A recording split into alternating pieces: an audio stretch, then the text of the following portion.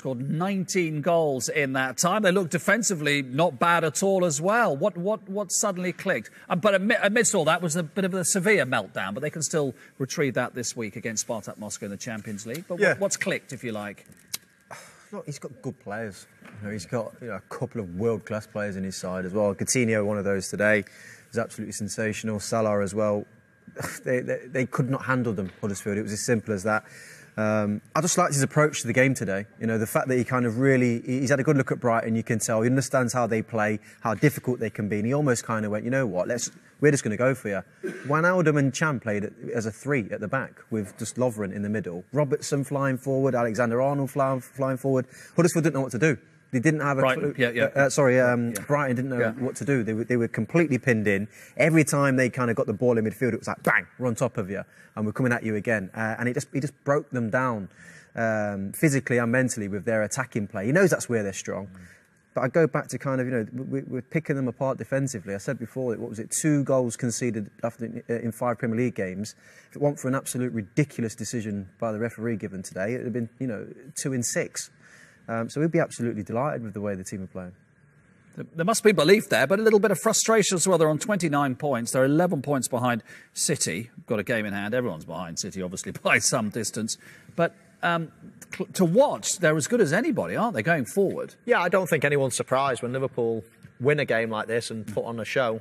They can beat anybody. And, they can be 3-0 down and still win a game. And they can be 3-0 up and still draw not win a game, yeah. And that's Liverpool at the moment. Can beat anyone on the day, and maybe knockout football in the Champions League is going to suit them. You never know. Going to Anfield is very, very difficult. So it's frustrating that there's no consistency at the moment, or there has been in recent weeks. However, it's not a bad place to be in when you know that you can beat virtually anyone that's put in front of you. With your Tottenham hat on, are you a little bit worried at the moment? Yeah. Worried to the fact that they need to go away from home now against the big teams and pick up results, and they've won 1 out of 17, I think it is, away from home against the top 6 side. So they need to pick up that form. That needs to change. I think they're capable of doing that. When you lose home ground, it wasn't at home today, but they've dropped points, even albeit with 10 men for a large part of that second half.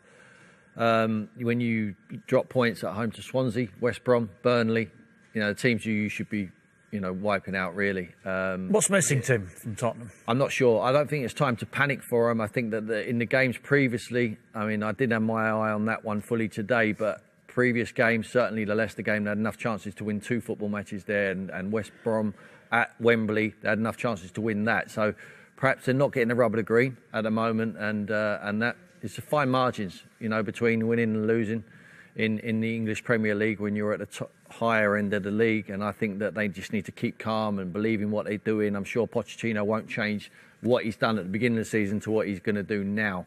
But it is a test for him, and everyone's, he was amazed, Pochettino, everyone asking him questions about the book. They haven't won since they released the book, and I think that's nonsense. I think the book makes no difference, but people are going to ask questions. They're always going to look for an excuse, look for reasons. So he's going to have to expect that. Is there an over-reliance? And it's interesting, I was talking to Danny Murphy during the week, who said sometimes when he was playing at Liverpool, if it didn't quite work, they go, Michael will get us a goal, Steven Gerrard will get us a goal. Is there a bit of an I know he didn't score today, is there an over-reliance on Harry Kane? They didn't play well at Leicester, he scored. They didn't play well against West Brom, but he still gets them goals. I think, but Delhi's dried up a little bit, hasn't he? He scored goals last year, and I think Son had a great run of games, especially when Harry was injured last season, and he scored, and he stepped up. He's been in and out, so he hasn't really had a run into the game. He scores again today. For me, the kid has to play every week. Yeah. I think he scores goals, and I would find a place in that team ahead of Sissoko all day long. But I'm not the manager, and Pochettino's doing a fantastic job with that club taking it forward, but they need to be in the top 4. There's 100%. They cannot go into a new stadium out of the top 4. That would be an absolute disaster for them. There's more pressure on Harry Kane, though, because Dele Alli was stepping up last season, and simply in the league this season, he's not doing what he did last season. He's 21. But he's young, he's developing like all of them. We expect so much from him, and that's only credit to him that we expect him to do it week in, week out. But we've all been young once, and we know what... I've seen you when you were 21 years of age. Yeah, you had, listen, he had spells when he could score every week, but then you're going to have a dry spat, and you're going to have to get through it. fortunately for this kid, he's going to have an opportunity to get through it. He's got a manager who backs him. If he was at Chelsea now or at Man City, he'd have a barren spell. You never see him again. You were 21 once, Chris. Oh, it was a long time ago, yeah. Let's go to Graham Poll. Two big decisions in this game, which we want to talk about. Graham, we'll take them chronologically. So first, the Sanchez, where it would be fair to say your view was different to the gentleman alongside me here. So straight red card from Martin Atkinson. Just talk us through the thinking behind why you think that was correctly given by the referee at Vicarage Road. Yeah, I mean, it's a situation where Richarlison is knocking the ball down the touchline, and because of the angle, I'm not suggesting who's faster than who in a straight race. Because of the angle, Richarlison is going to get down and going to be away. So Davinson Sanchez knows he's got to stop him. Take one for the team almost. Well, he has a choice in how he does that. He could step across and block him. He could put his arm out low. He could grab his shirt. He chooses to put his arm out head height, which means Richarlison runs into it. There's clear contact in the face, and therefore, for me, I understand the guy's view, but for me and also Martin Atkinson, and I'm sure if they appeal, the appeal body will uphold that as a red card. If he'd blocked him off at chest height, would that have been different? He'd have just got a yellow then. Is it the head height which has made the difference?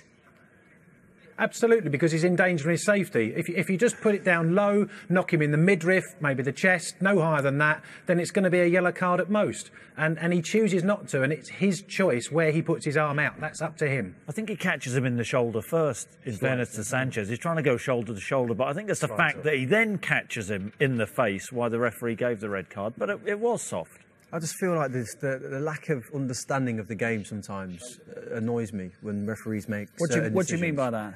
Well, referees have, like Graham, they referee over a number of years and should have a better understanding of what Davinson Sanchez is trying to do and know that there's no malice in it whatsoever. He knows that if he is trying to, if there is any kind of obstruction being played by Sanchez, he's not trying to elbow him in his chin. He's not trying to hurt him. He's just trying to, get a block in and get down the line. We see it all the time. But I just think a straight red catch him in the face. Yeah. But if I'm Richarlison, I'm trying to let him hit me in the face. I know he's not swinging in, failing his elbow, but if he can get me in the face, there's a chance he might get a red card. And that's what he's done. He's bought it, because players these days, Joe, you know what they're like. Throw their head back, hold their face, even when we don't catch him in the face. Tough job for referees. I believe you're right. He's got that wrong today. That's an obstruction at best and a yellow card. Graham, are you letter of the law here? No, I'm not. I'm just applying the law. You can say it's the letter of the law. You know, if JJ's frustrated at referees not understanding it, referees are frustrated at players not knowing the laws of the game. We just apply them. Doesn't mean we're wrong. Nah, I'm not having that, because if you touch someone in the face, it doesn't have to be a red card. No, it doesn't have to be a red card. And it's got to be it's not a touch. It's got to be an aggressive. Don't bend your arm, because he didn't bend his elbow. It wasn't an elbow. Never was an elbow. It was a straight arm.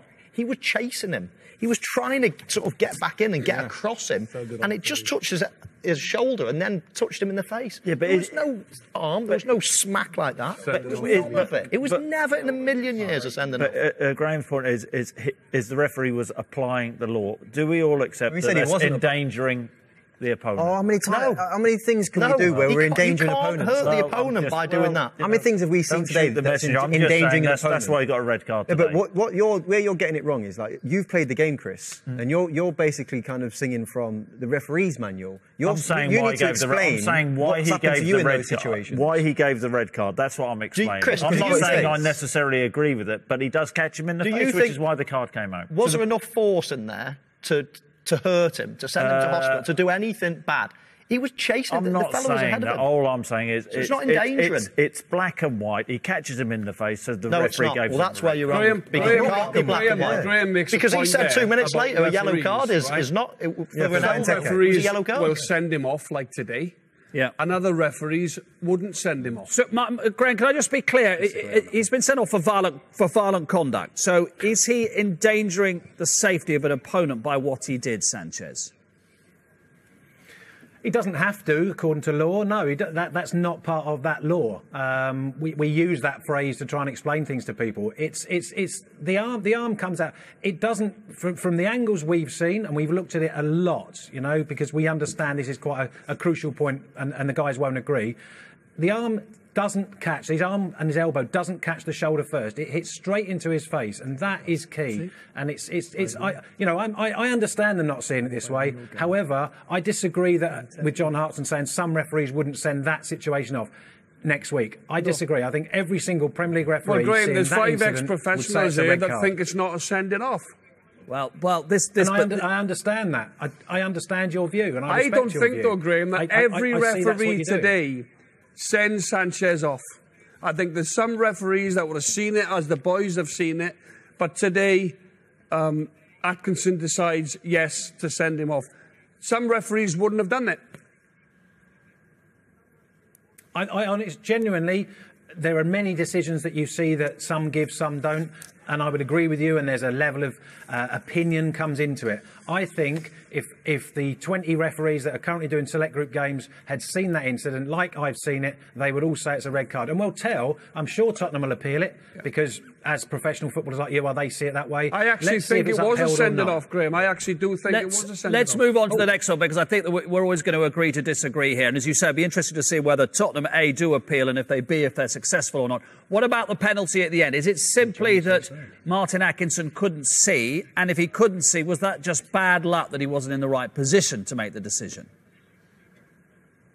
I've changed my view a little bit on this one. It is a penalty. However, we've had a good look down this end as to why Martin Atkinson can't see it. And it's because he's standing in the centre circle. It's terrible refereeing. He should be moving. He should be working on an angle. And, you know, if he's worked an angle and still can't see it, I'd have some sympathy with him. But he's not. He's actually standing in the centre circle, and that isn't good enough at this level. Watford have been robbed there, and that's a shame. Why is he standing in the centre circle? Has he run out of puff?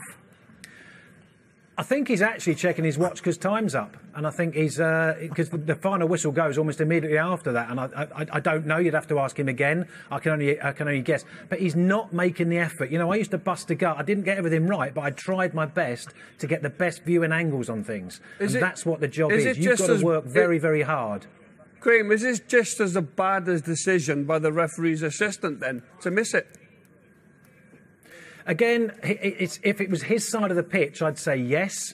It's the other side of the pitch, and I can't see from the angles we've had whether there are any other players blocking his view. So that's a tough one for me to call that one. If the assistant is looking along the line and can only see, it was Vertonghen, wasn't it? No, it was Dyer. It's Dyer. And he can only see Dyer's back, and Dyer goes like that. He'd have to guess, wouldn't he, the assistant? He's guessing, Mark, but the player reaction all of the time from both sets of players. I know the Watford players are automatically going to go up.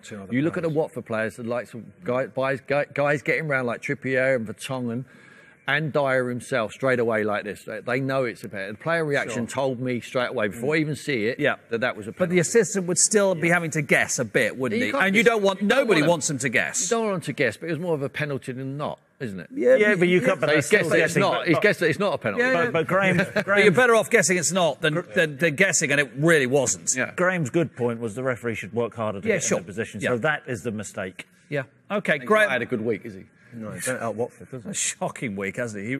He really has. Graham, thank you very much indeed. I know you're standing by at the Emirates for the 5:30 game. Let's hear from our fan reporter.